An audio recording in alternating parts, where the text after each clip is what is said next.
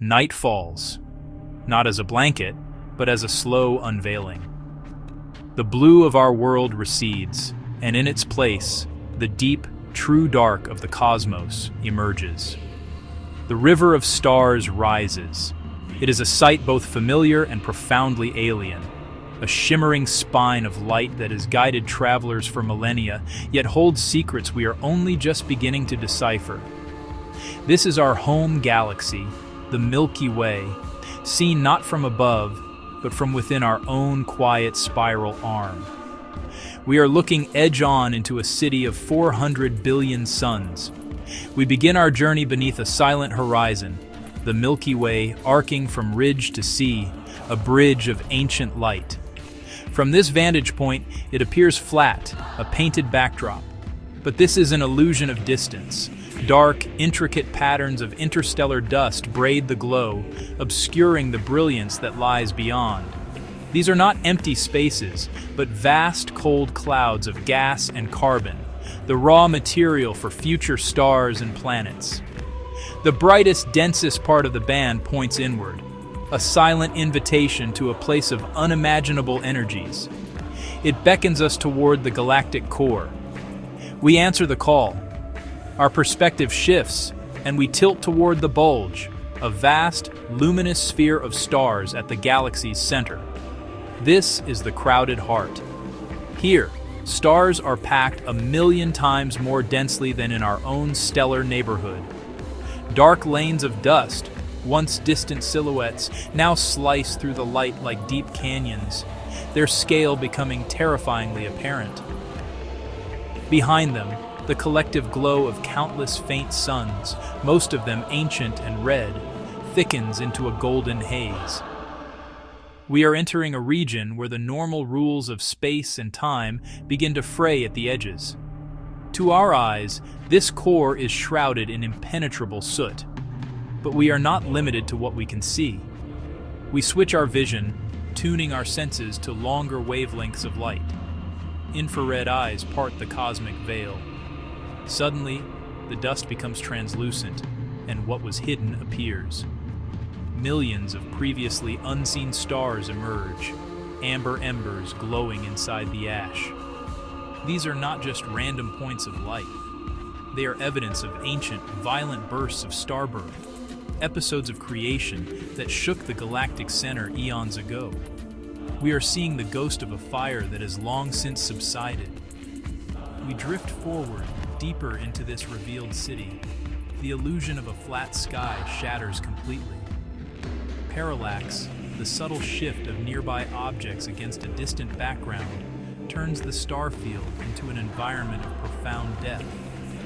Gas veils, thin as smoke and light years across, slide past our view. Ethereal filaments of hydrogen curl and twist, shaped by stellar winds and magnetic fields we cannot see.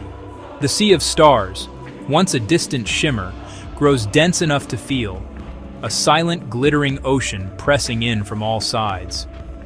We are no longer observers, we are immersed. We augment our senses again, tuning to the invisible energies that define this place. Radio maps sketch out enormous sweeping arcs and threads, the magnetic architecture of the galaxy's heart, glowing with the synchrotron radiation of trapped electrons. These are the galaxy's unseen nervous system. At the same time, X-ray traces mark the locations of violent shocks and brilliant flares, signals of gas heated to millions of degrees, of matter being torn apart, of the restless, chaotic fields that churn near the core. This is not a peaceful kingdom. It is a place of constant, simmering violence. Here, in this impossibly dense environment, gravity is the undisputed monarch. It shapes every breath of gas, every flicker of light. The sheer concentration of mass warps the very fabric of space-time. Our models of physics, tested in the quiet suburbs of the galaxy, are pushed to their limits here. They suggest stellar orbits so extreme they are measured not in millennia, but in months, weeks, or even hours. The entire crowd of stars brightens and dims in quiet, synchronized waves, a collective pulse driven by the unseen engine at the very center. we pass the S-stars, the most famous residents of this extreme neighborhood. They are needles of brilliant, hot blue light, moving at incredible speeds, up to several percent of the speed of light. Each one loops a single invisible point of immense mass, their orbital trails braided together like strands of silver wire. Watching them is like watching moths dance around a flame you cannot see. Their frantic, precise orbits are the most compelling evidence we have for what lies ahead, the gravitational anchor that holds this entire chaotic system in check. They are the heralds of the abyss. Ahead, the quiet monster, Sagittarius A. It is not a hole in the conventional sense. It is not a mouth or a void. It is a boundary, a place where the escape velocity exceeds the speed of light. A region of space-time so severely curved that all paths lead inward. It is a point of no return, an event horizon where time, as we understand it, stretches toward infinity, and light, the fastest thing in the universe, hesitates, bends, and is ultimately captured. It is 4 million times the mass of our sun, compressed into a space smaller than the orbit of Mercury. We cannot see the singularity itself, but we can see its influence.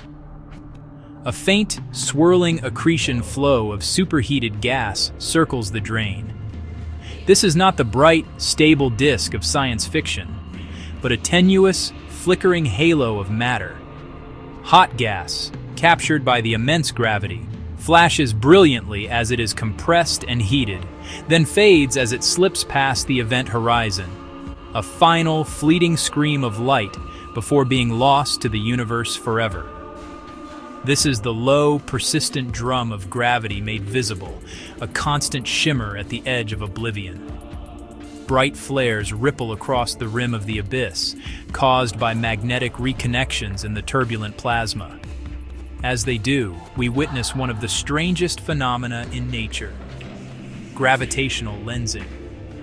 The black hole's gravity bends the path of light from the flare as it travels toward us. We see the flare not just once, but multiple times, as its light takes different paths around the warped space-time. The edge of the black hole itself acts as a lens. Space itself tilts and distorts our view, offering a warped, fragmented image of what lies behind it. It is subtle, patient, and profoundly strange. Tidal forces, the differential pull of gravity, worry the clouds of gas. Knots of matter are stretched and unwound into long, thin streams in a process called spaghettification. The orbits of stars and gas clouds don't close perfectly. They precess, with each loop tracing a new petal in a cosmic rosette. And here, time itself flows differently. For an object falling toward the horizon, its clock would appear to us to slow down, its light redshifting until it fades from view, frozen for eternity at the edge. Nothing collides directly with the horizon, and yet everything yields to its inexorable pull. We pause our journey to glance at the incredible tools that revealed this hidden world. These are our remote eyes, our proxies in the cosmos.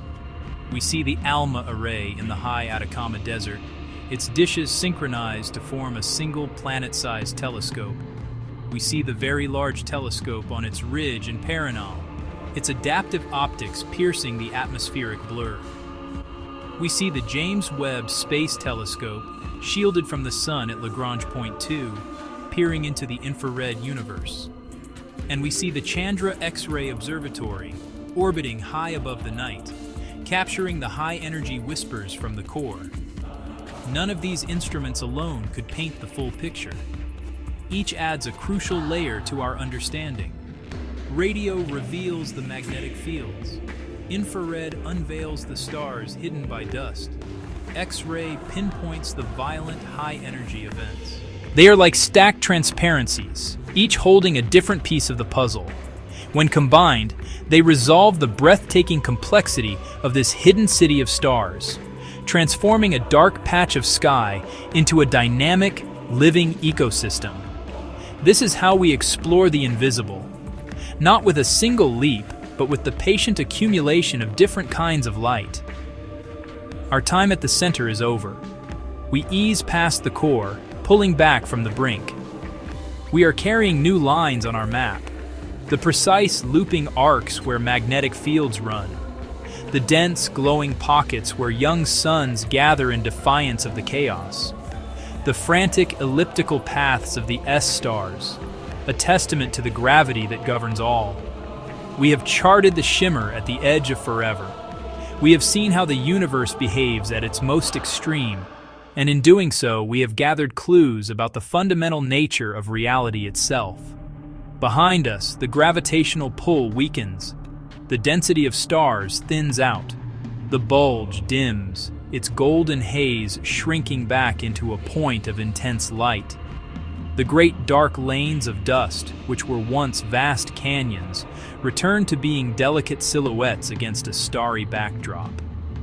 The river of stars, which had become an immersive ocean, once again becomes a ribbon stretched across the heavens. The chaos and violence of the core recede, replaced by the familiar, quiet beauty of the galactic plane. The journey changes our perspective forever.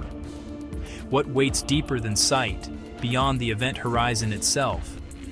What stories live in the glow we cannot yet resolve? How near to absolute silence can light be, and still be light? These are no longer abstract questions. They are questions about a place we have visited, a place that anchors our own existence. The supermassive black hole at our galaxy's heart is not a destroyer, but a cosmic shepherd, its gravity having guided the formation and evolution of the Milky Way for billions of years. We come to rest under a quiet sky, back on the surface of our small blue world. The center hums far away, a 26,000 light-year journey from where we stand. Its presence is no longer just a brighter patch in the sky, but a known quantity, a place of tangible wonder and terrifying physics. The night sky is not empty, it is full of history, full of violence, full of beauty, and full of mysteries that invite us to look deeper.